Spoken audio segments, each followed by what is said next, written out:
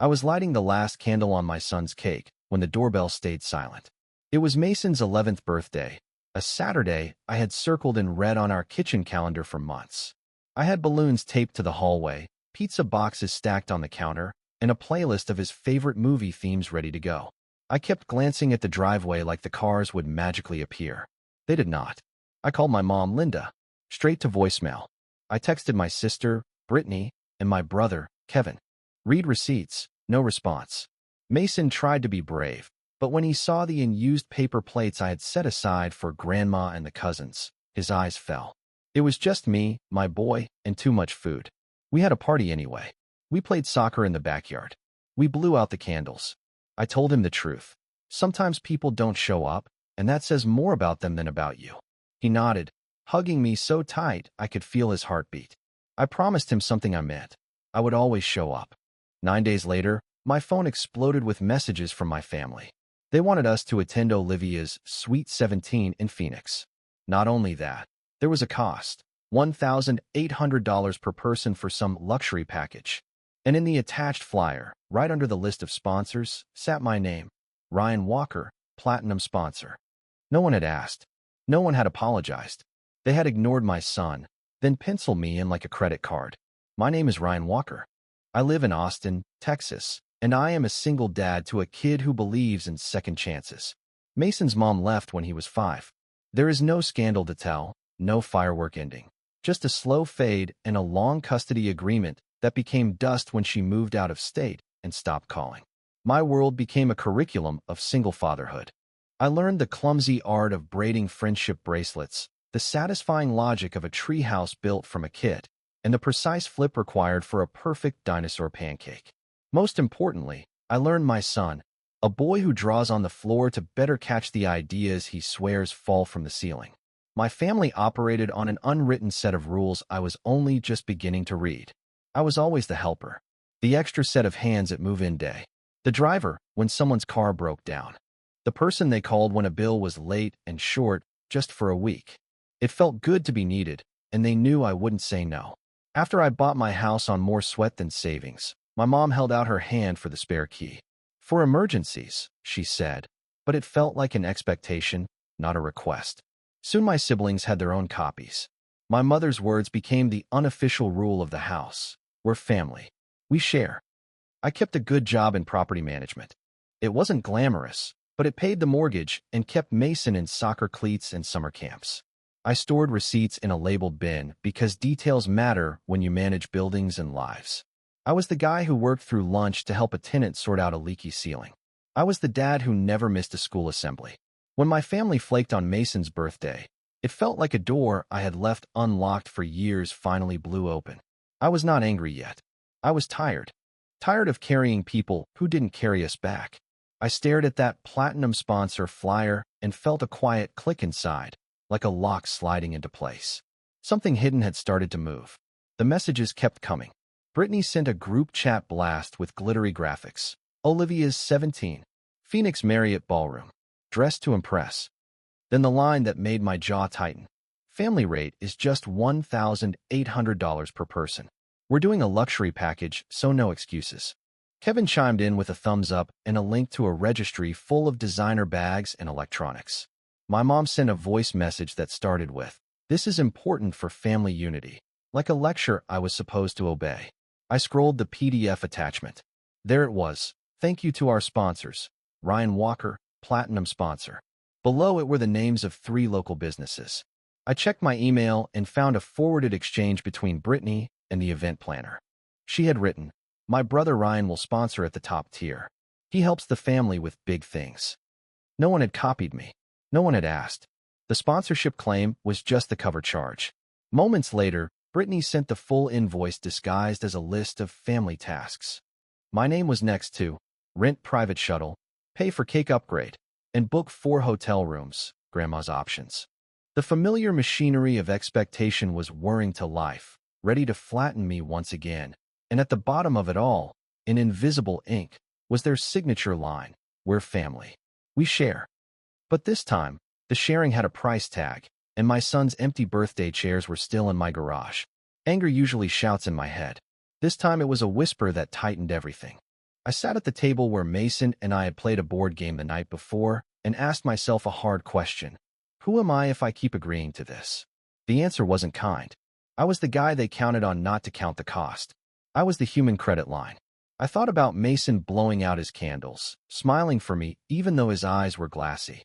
I thought about the way he had carefully tucked a single paper plate into the kitchen cabinet after the party, a silent hope that saving it might bring them back next time.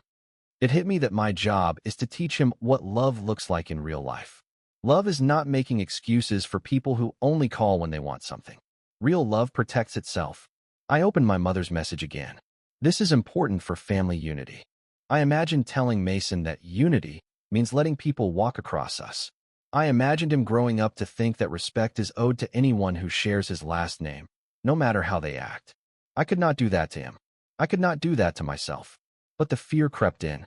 What if I set a boundary and lost them all? What if they cut off contact and my mom turned every story into Ryan abandoned the family? What if holidays became quiet and Mason asked me why he never sees his cousins?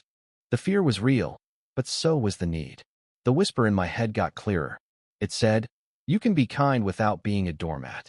It said, you can forgive and still say no. And then it said something I had not let myself believe. You have more power than you think. I started small. I wrote a short, calm message in the group chat. I won't be attending Olivia's party. Please remove my name as a sponsor. I did not agree to that. I read it 3 times to make sure there was no sharp edge that could be twisted into a temper. Then I hit send. Seconds later, the typing dots appeared. Brittany, stop being dramatic. It's for family. Kevin, bro, it's one event. You always help. My mom. Ryan, this tone is not acceptable. I'm ashamed. I took screenshots of everything and filed them into a digital folder I named Family, Phoenix Event. It felt like building a case file, one message at a time. Then I went deeper. I emailed the event planner directly using the address on the PDF. Subject line, unauthorized sponsor listing, remove immediately. I explained that I had never agreed to sponsor, that my name must be removed from all materials, and that any invoices sent to my address would be disputed. I attached a copy of my driver's license and asked for written confirmation of removal. While I waited, I opened a new document and wrote down every time I had paid a major expense for my family in the past 2 years. The list swelled fast. A security deposit for Kevin, a medical copay for my mom, car repairs for Brittany, 2 plane tickets for a funeral that turned into a postponed trip. I added dates, amounts, and the reason. A paper snapshot of the pattern. The event planner responded within an hour. Thank you for the clarification, Ryan.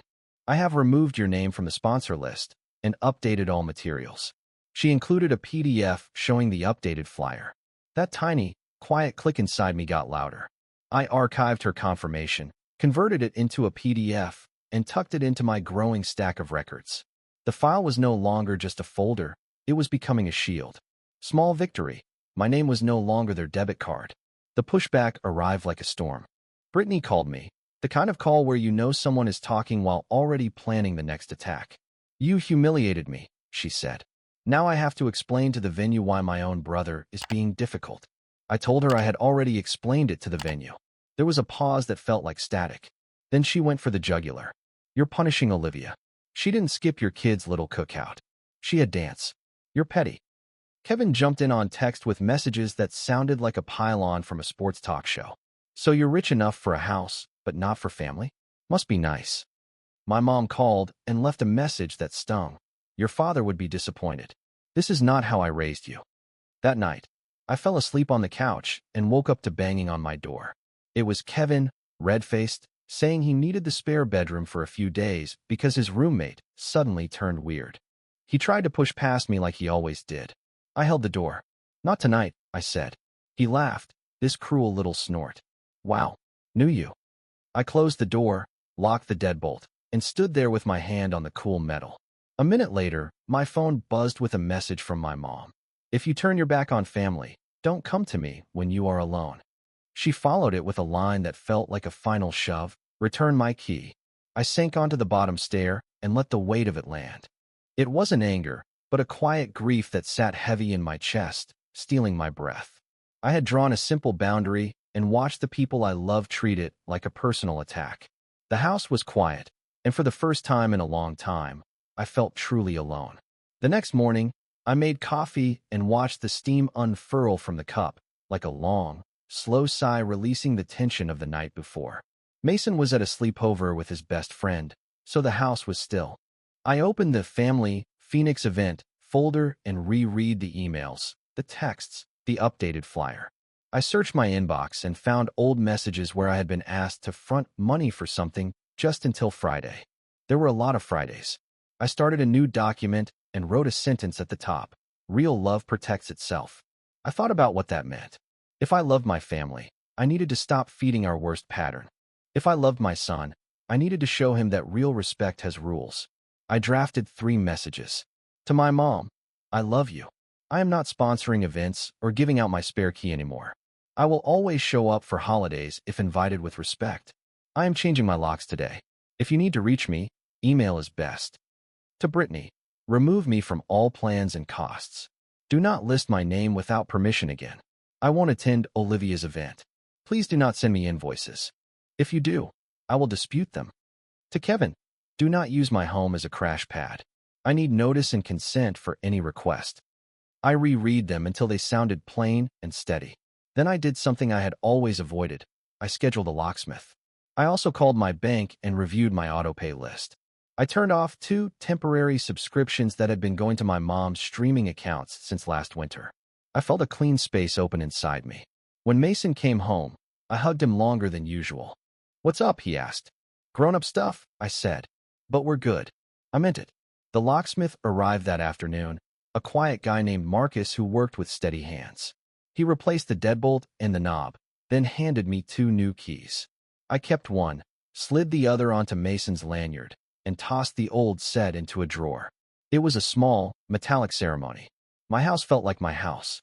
Next, I went digital. I changed my phone settings to silence unknown callers. I created a new email filter that shuttled any message with invoice, contribution, or sponsor into a folder named Review. I updated my bank account with alerts for any charges above $100.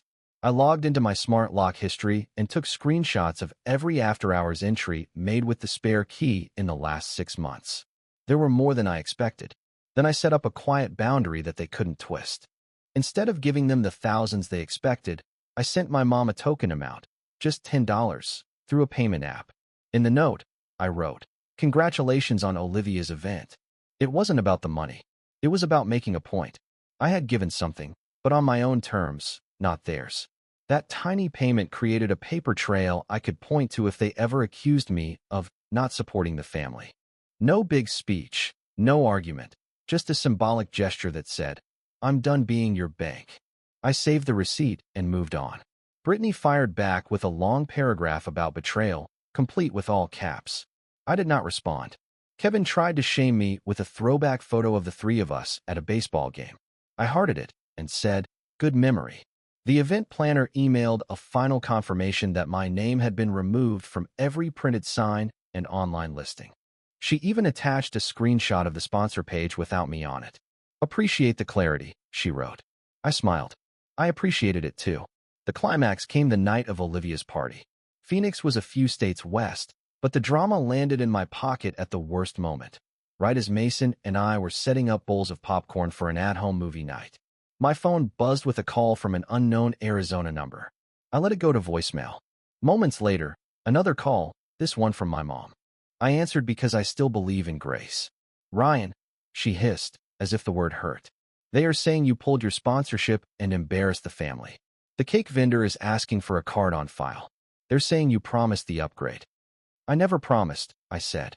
"I got myself removed weeks ago. I sent you all that in writing." Before she could retort, another voice broke in, Brittany's, because my mom had me on speaker.